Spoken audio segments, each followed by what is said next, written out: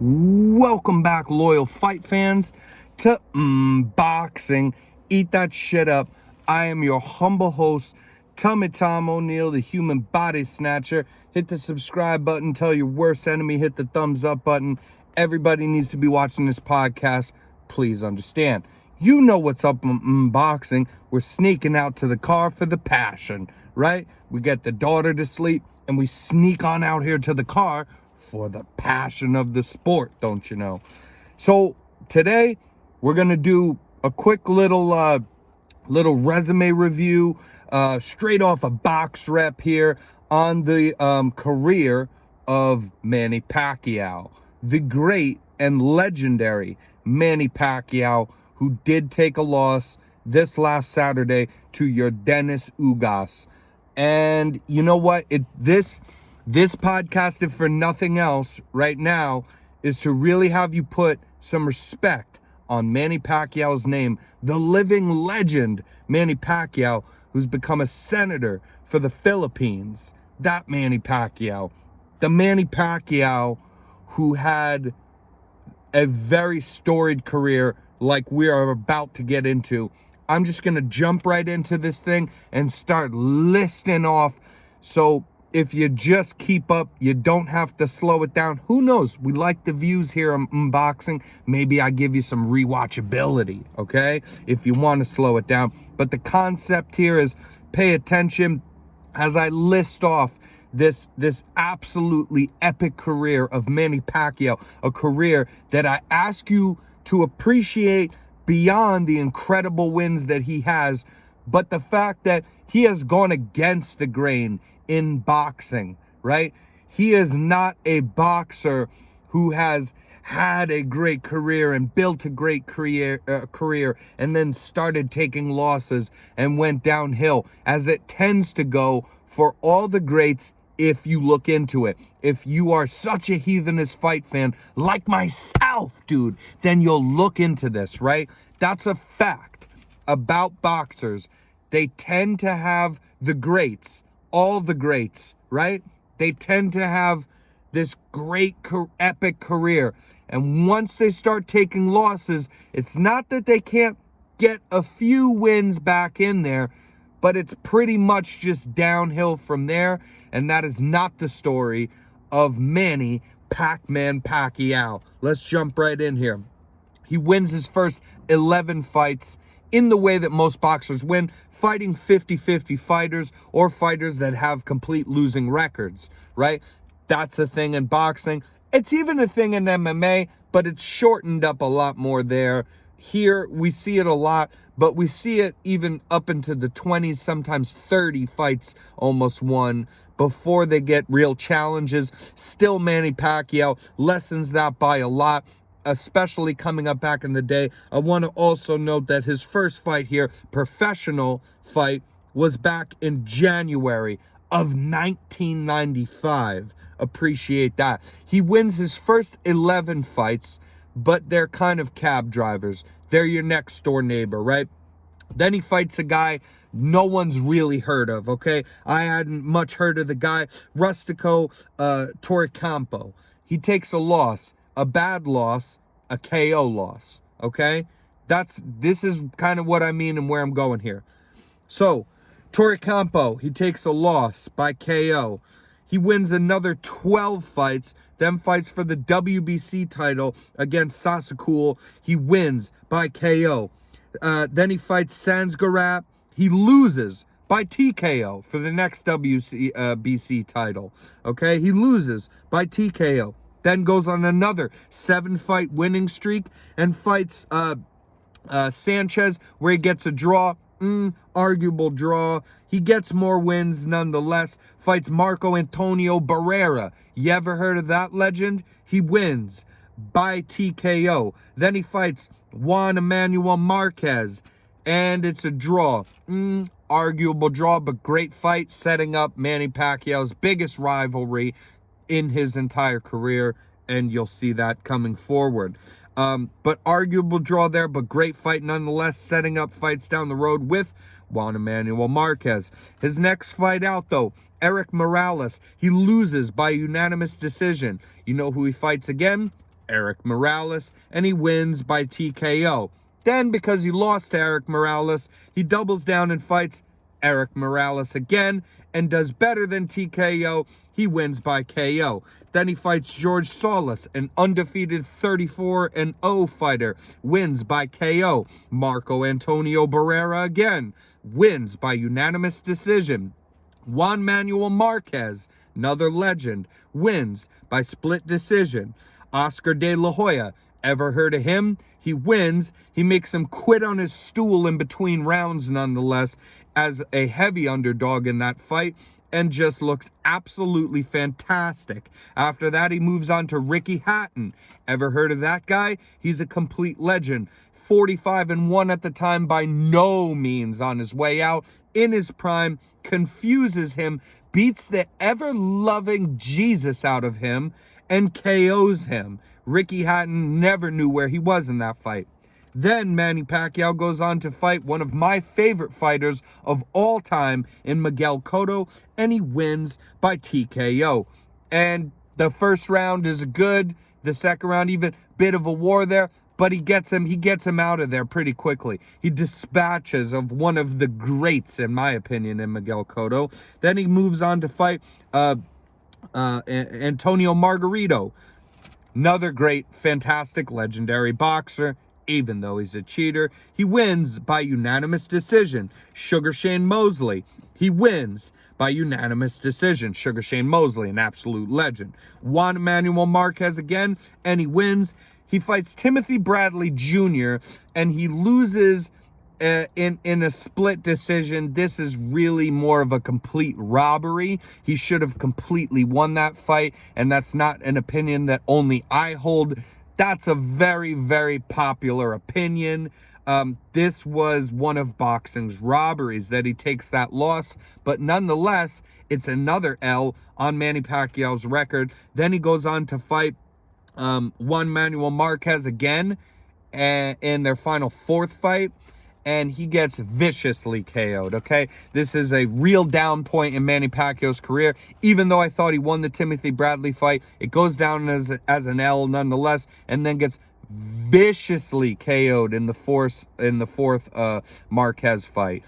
Sent through the ropes, looked like he was dead. Literally looked like he was dead, a career-changing. You would think at the time as well that this was a career-ending fight that we were watching with Manny Pacquiao, but it was not. Nonetheless, it was not. He comes on again, fights a very good boxer in Brandon Rios, wins by unanimous decision. Although, again, this is, you'll notice, he has a lot of KOs, TKOs that he goes through. That is his style. He's a come-forward pressure style combination throwing, puncher. And he kind of steps back from that, tries to become more of a careful boxer. He does take that very good win nonetheless. Then he doubles down, fights Timothy Bradley Jr. again. He does set this right and gets a win by unanimous decision. Fights Chris Algieri, gets a win, but again, by unanimous decision, because at this point, after that vicious KO, his style has changed. He's a lot more careful at this point, which feeds into his next fighter that we're going to talk about, the legendary Floyd Mayweather, who is always said to have picked his opponents, though they are all greats, at just the right time. This suits the bill for that, unfortunately, although I don't always agree with that, but this suits the bill for that perfectly, as he's coming off that vicious KO, but you can say he's coming off a 3-fight win streak, even though they're all unanimous decisions, when he's fighting in a completely different style because he's scared to get viciously KO'd like that again. That's when he fights Floyd Mayweather, who absolutely, just schools him, and he loses by unanimous decision. Fights Timothy Bradley again, wins, unanimous decision. Jesse Vargas wins, unanimous decision. Then he fights Jeff Horn, a guy who not many people have heard of, but is infamous for beating Manny Pacquiao, as he loses by unanimous decision, dude. Then he comes back, fights Lucas Martin, wins TKO. Adrian Broner, he's fighting him 2019 at this point. Manny Pacquiao is 40 years of age and beats Adrian Broner by a wide unanimous decision, owns him in every single round of that fight. People say, wow, this was great.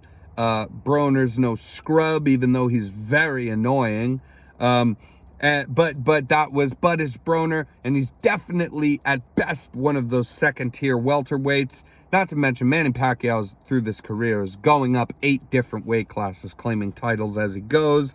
But that they thought that this is about it because Pacquiao's 40 years old, and could he really beat the best? He comes back again same year, 2019, 2 years ago, to fight the undefeated 29-0 Keith Thurman, who's a young, hungry guy who puts people out. One-time Keith Thurman, who was 29-0 and absolutely shocks the world, including myself. Always been a diehard Pacquiao fan, but I don't play around with what I think will happen, and I thought that was way too much now to bite off, that he beat Broner but came back to fight Thurman. Nope. He absolutely just blows through Thurman, knocking him down several times. Now, he wins by split decision, but I thought this was a lot wider and more comfortable of a win for him, really.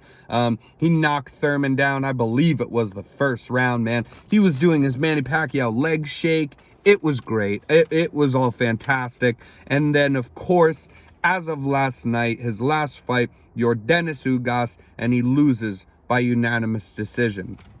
And so we'll give a quick rundown through these names again of who he has accomplished in beating, and that is Marco Antonio Barrera several times, okay? Juan Manuel Marquez several times before 3 times really, but twice and a draw to be sure before taking that vicious knockout. Loses to Eric Morales, but avenges that twice over, okay? Beats an undefeated George Salas. Marco Antonio Barrera again, Juan Manuel Marquez again, Oscar De La Hoya, Ricky Hatton, Miguel Cotto, Sugar Shane Mosley, Timothy Bradley Jr., okay, Chris Algieri, Brandon Rios, Jesse Vargas, Adrian Broner, Keith Thurman.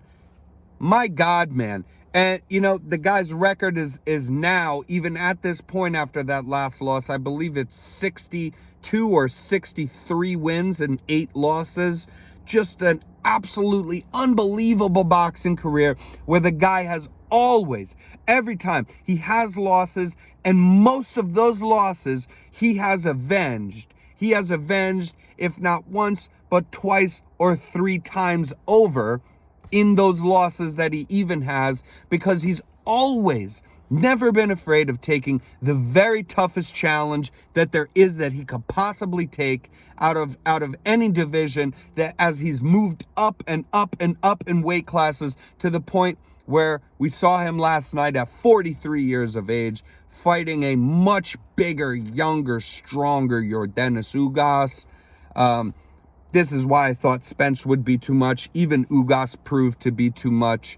I told you Ugas is no joke, but I obviously picked Pac-Man to win that fight. I thought that was doable for him.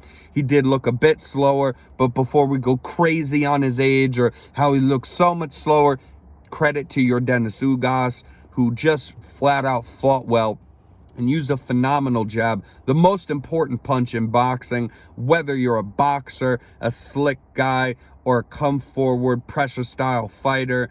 No matter, the jab's the most important tool that you can have in boxing. Yordenis Ugas has that in spades, being as he used it effective in an orthodox stance against a southpaw fighter, which is absolutely incredible, and just pushed him back, popped his head back, stuck it through his guard the whole night, and it's set up for him to do other things. He was the more powerful guy in there, and it's sad. But again, this is done in salute from your boxing so you could, from boxing, so you could really, I hope that you guys could put some respect on the career of Manny Pac-Man Pacquiao. And until next time, folks, this has been boxing. Stay loyal, fight fans, as I say. Stay loyal, and in this case, to Manny Pac-Man Pacquiao.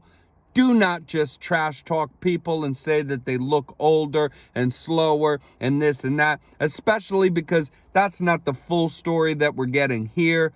Although he very much deserved to lose that fight, he's a living legend, And you will not find other boxers, even if myself, I say a lot of other boxers are greater in the all-time rankings than Manny Pacquiao. You will not find other boxers that have had a more struggling, walking through fire, earning it every step of the way sort of career that Manny Pacquiao has had. He has certainly paved a path of his own in boxing, and he should be remembered as just, you know, one of the true boxers, true fighters in this sport, who was never afraid of a challenge or taking money that wasn't as big as it could be at the moment, and all this politics shit that we have to deal with these days in boxing. Manny Pacquiao has carved a path of his own through this and said never be afraid of a challenge, and constantly give the fans a great fight, win or lose, every single fight. He did that again, and God bless. Till next time, this is Tummy Tom O'Neill on Boxing. We out.